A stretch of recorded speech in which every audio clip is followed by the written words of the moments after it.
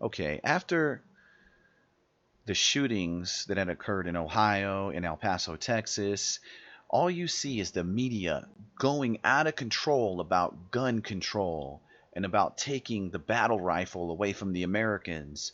I mean, it's almost like some kind of gimmick or an advertisement, like for Nike shoes or for like Pepsi Cola or for like Mountain Dew. It's just like, to me, when I scanned all the networks and then I looked on the websites, including Yahoo or MSN or any of the mainstream websites, there was a type of, I guess, subliminal advertisement that I had noticed when they don't actually do analytics on statistics, but they're working more like a commercial based industry, almost like marketing the idea to large populations of people, even though they haven't even referenced any real statistics.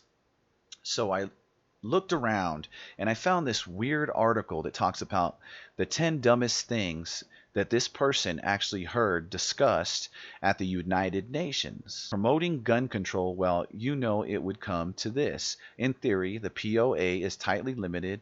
The people who back it make no secret of their support for gun control. On Thursday, 17 nations, including Mexico, proposed including civilian possession in the POA, meaning they wanted to take the guns away from civilians. And it says, last Friday we had a visit from Wear Orange, of every town for gun safety, financed by Michael Bloomberg. They clearly see the POA as relevant to domestic gun control. The best illustration of why came on Wednesday when, in a side event on domestic gun control laws, an Australian representative stated that every gun shop that disappeared was a point from which guns could no longer be diverted. In other words, according to the gun controllers, the way to control the illicit arms trade is to make sure there are no legal places to buy guns, which will ensure that no legal guns exist to become illegal. The Australian representative went on to point out that the most important source of crime guns in Australia is theft from legal gun owners.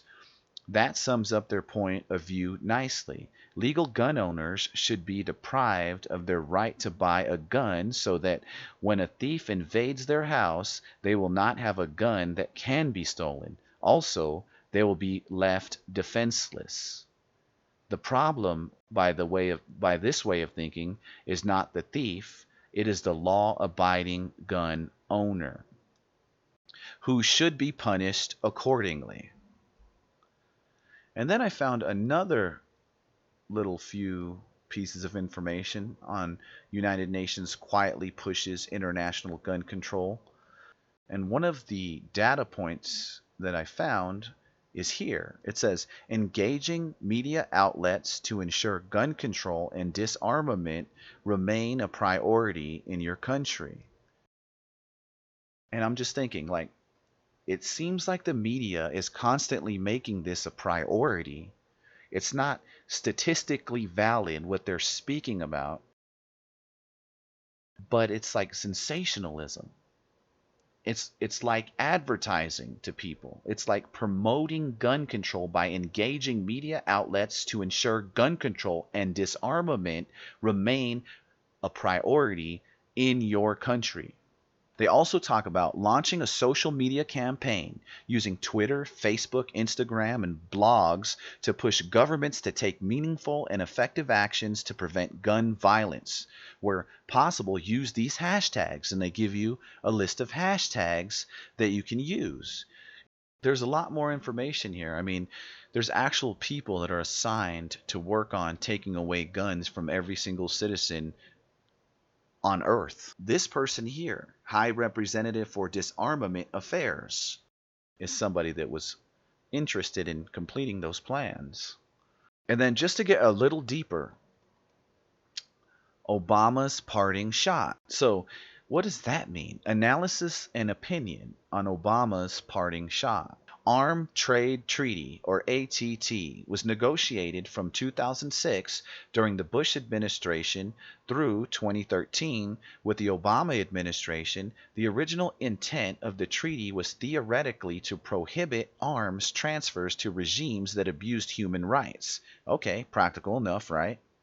From the very start, though, gun control groups looked upon the treaty as an end run around America's domestic reluctance to adopt their agenda.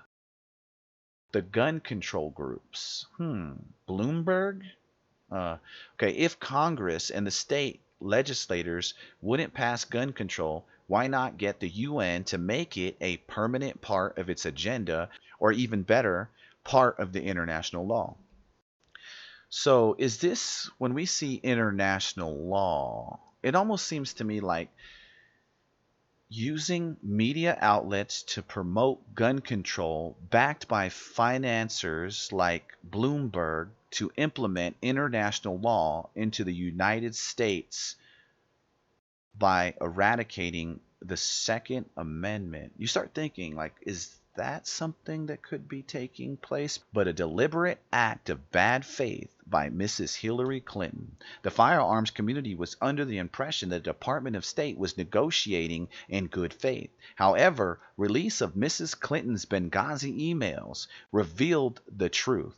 As it turned out, one of the reasons she supported the treaty was because it was opposed by the NRA. She wrote this in an email in March 2011.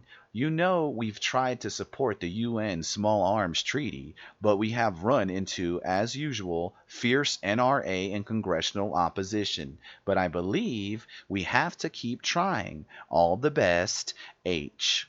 Other emails showed her actively working with and meeting with anti-gun groups supporting the treaty at the UN. Hillary herself identified that the treaty was about small arms, the UN term for gun control. Curbing gun violence is part of the United Nations' larger goal of transforming the world through Agenda 2030. So, if the United States' Second Amendment stands in the way of the larger goal of transforming the world through Agenda 2030, then why wouldn't we see what we are seeing now in our media?